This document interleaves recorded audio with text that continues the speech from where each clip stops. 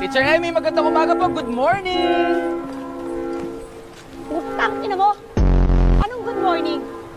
Alam mo, alam ko na kung ano sasabihin mo, kaya wag mo nang subukan. Ito naman, alam mo, sa ganda mong yan, hindi bagay yung pagiging suplada.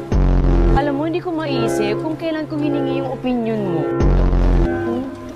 Emmy talaga, masiloso agad. Hindi na pwedeng biruin. Biruin mo ako kapag ganito tayo, pag close na tayo. Kapag hindi ka na mamimili ng boto. Ayaw mo pera? Sorry, nakapagmura si teacher. Huwag niyong gagayahin yun. Yan. Maraming ang galit dyan eh, kaya nga may welga, di ba? Lul, kesa naman dyan kay Edralin, no? Dating bold star. Katawan niya naman yun eh. His body, his rules, di ba? Alam mo yun? Alam mo yung kasabihan na yun? Hindi naman siya bold star ngayon, di ba? Bakit nakubad ba siya sa mga poster niya? Email mo na ba yung tatay mo? Sinagot mo na? Hindi pa ba? O bakit hindi mataas ang dolyar ngayon? May naman mo ba yun? Eh paano kung naging magandang resulta ng botohan, tumaas yung piso? Mag-reply ka, huwag kang tamad.